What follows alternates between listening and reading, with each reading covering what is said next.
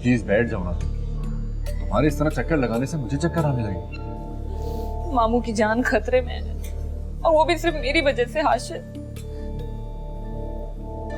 मैं अपने आप को कभी माफ नहीं करूंगी। हाँ, गलती तो हुई है तुमसे, लेकिन इस तरह इधर उधर चक्कर लगाने से या रोने धोने से तुम वक्त को वापस तो नहीं ला सकती।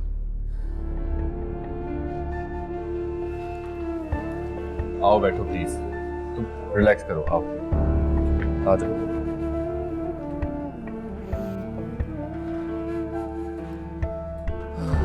वैसे एक अकलमंदी का काम किया है तुमने, मुझे बार बार फोन कर। तुम्हें कॉल नहीं करती तो किसे करती? फारिस भाई से तो कोई उम्मीद नहीं है। हाँ, उससे उम्मीद लगाने का अब कोई फायदा भी नहीं है। उन्होंने तुम्हें कुछ कहा क्या? नहीं, कहा तो कुछ नहीं है, लेकिन उसके अंदाज सब कुछ बता रहे हैं। देखो, मैंने उसको कहा था कि हॉस्पिटल पहुंचे, खास तौर से ताकीद की थी, लेकिन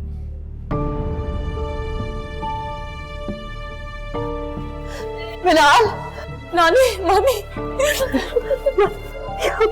क्या है मेरा बच्चा? मामी,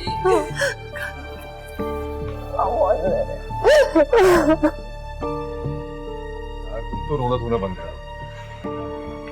बेटा, डॉक्टर क्या कह रहे हैं? वो डॉक्टर ने भी कुछ बताया नहीं है, लेकिन काफी क्रिटिकल कंडीशन है। अल्लाह है। आईसीयू में है, आप लोग जाएं देखें।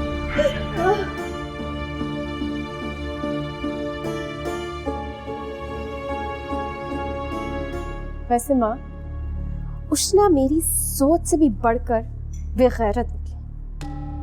बिल्कुल सही कह रही हो तुम। मैं तो कभी सोच भी नहीं सकती थी कि वो इस तरह मुंह उठा के यहाँ चली आएगी। और खालू को खाली हाथ भेज दिया। वैसे सच कहूँ तो मुझे बड़ा तरस आ रहा था उन पर। कोई जरूरत नहीं उन पे तरस खाने की। इतनी जली कटली वो सुना के गए कि अफसोस तो मुझे हो रहा है कि उन लोगों के साथ मैं इतनी मोहब्बत से क्यों पेश आती रही। अगर आप ये बात पहले मेरी सुन लेती तो नौबत ना आती, लेकिन आपको हमेशा से लगता था कि मैं उष्णा से जेलस हूँ। जले तुम्हारे दुश्मन, उष्णा तुम्हारी जूती की धूल के बराबर भी नहीं। खाला, क्या हो गया? कौन सी क़यामत आ गई? रो रो के तुमने तुम्हारे घर का माहौल ही बस नहुसत में तब्दील कर दिया। मेरी बात सुन ले पहले। अबू को हार्ट अटैक आया, वो हॉस्पिटल में है। या अल्लाह, खैर किसने बताया तुम्हें? मिनाल की कॉल आई थी अभी। मिनाल से तो कोई अच्छी खबर की उम्मीद ही नहीं। प्लीज मुझे बाबा के पास ले चले हॉस्पिटल। हाँ हाँ, मैं भी चलूंगी तुम्हारे साथ। तुम जाके अपना हुलिया तो दुरुस्त कर लो। जब से आई यही कपड़े पहने फिर रही हो। जाओ, शाबाश, मैं भी चलती हूँ। माँ, वैसे कैसे उष्णा को लेकर जा सकती हैं हॉस्पिटल भाई की इजाजत के बगैर? अगर फारिस होता ना तो वो भी यही करता। हाँ, ले जाए आप उसे हॉस्पिटल, ताकि दोनों बाप बेटी मिलकर सुलह सफाई कर ले और हमारे तलाक का प्लान धरा का धरा रह जाए। अपने प्लान्स पूरा करने के बजाय 1 मिनट इंसान बन के सोचो वशमा। उसका बाप डेड बेड पे पड़ा हुआ है, उसको मैं रोक दूं अपने बाप से मिलने से? हटो तुम यहाँ से। तो फिर से एक बार अपनी बेइज्जती करवाएंगी, तभी तसल्ली होगी।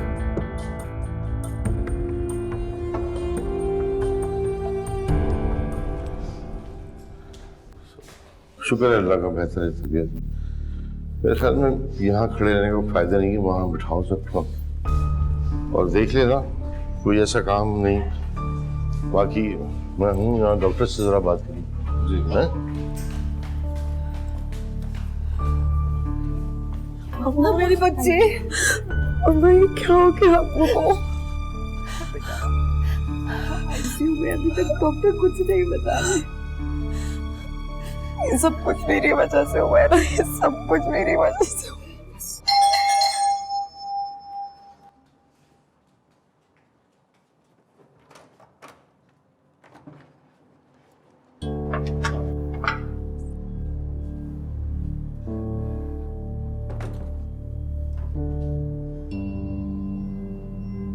क्या बात है? घर में इतनी खामोशी क्यों है? सब कहाँ पर है? सब या उष्णा? उष्णा माँ को लेकर हॉस्पिटल गई। उसके अब्बू को हार्ट अटैक हुआ है। मुझे क्यों नहीं बताया? ये तो आप उससे पूछिए। निकल कर तो ऐसे गई थी जैसे एडमिट होने की खबर ना आई हो, खुदा ना खास्ता मौत की खबर आई।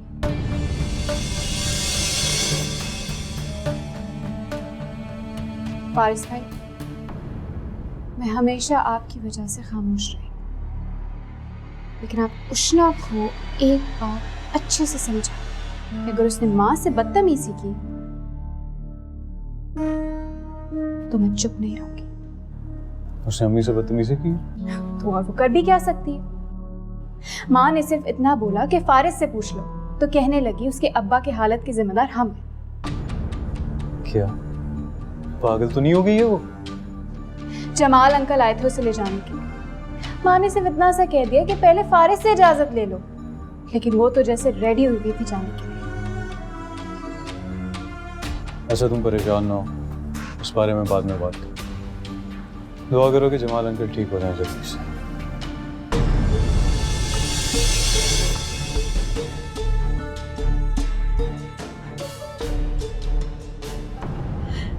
ये सब कुछ मेरी वजह से हुआ है ना अम्मा। ना मैं अब्बू को इनकार करती, ना उनकी ये सारी हालत होती। मुझे सुनने नहीं चाहिए थी उनकी बात। कैसी बातें कर रही हो बेटा? सब कुछ तो हमारी किस्मत में था। किस्मत का नहीं है ना अम्मा।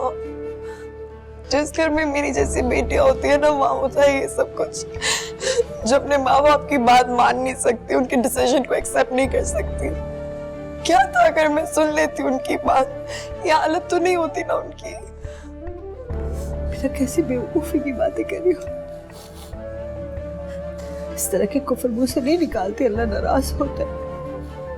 दुआ करो अल्लाह तुम्हारे बाबा को सेहत और जिंदगी दे।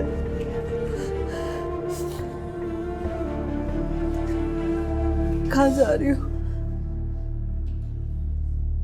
पता नहीं, कुछ तो वैसे अकेले रहना चाहती हूँ।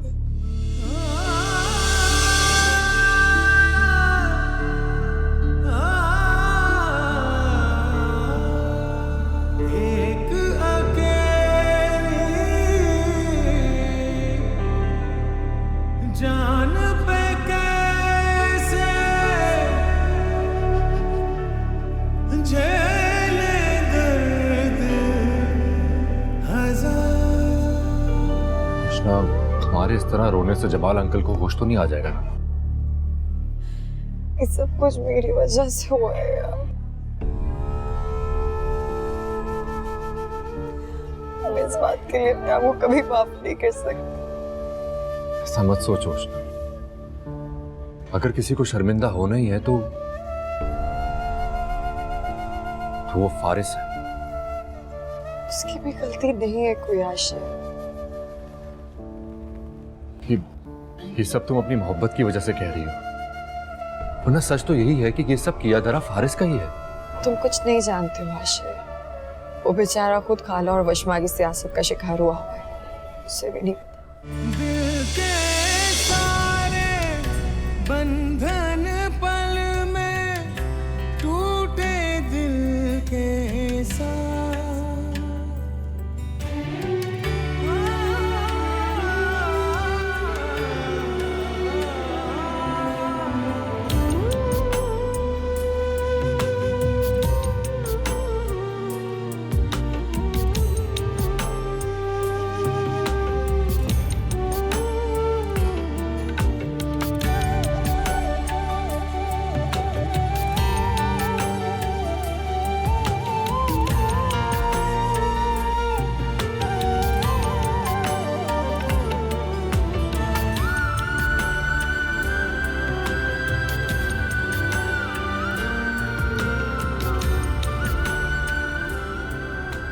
उस बेचारे को तो ये भी नहीं पता कि धीरे धीरे उसकी अपनी माँ ही मुझे उससे मुतनफ्फर करने की कोशिश कर रही है। मैं नहीं मानता।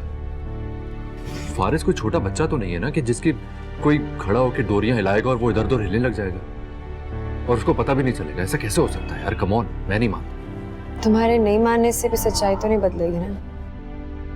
जो बात है वो है, मैं जानती हूँ उसे। मैं फिर से यही कहूंगा कि तुम उसको मार्जिन दे रही हो अपनी मोहब्बत का। अब देखो ना, पहले वो जमाल अंकल के ऑफिस पहुंच गया, वहां पे उसने हंगामा क्रिएट किया, फिर घर पहुंच गया पुलिस लेकर। अगर उसको वाकई तुमसे मोहब्बत ही होती तो वो इस तरह सारे बाजार में तुम्हारी इज्जत तो नहीं उछालता ना। उसने ऐसा नहीं किया यार। तुम यहाँ खड़ी हो, तुम्हारे अब्बा को होश आ गया है। चलो।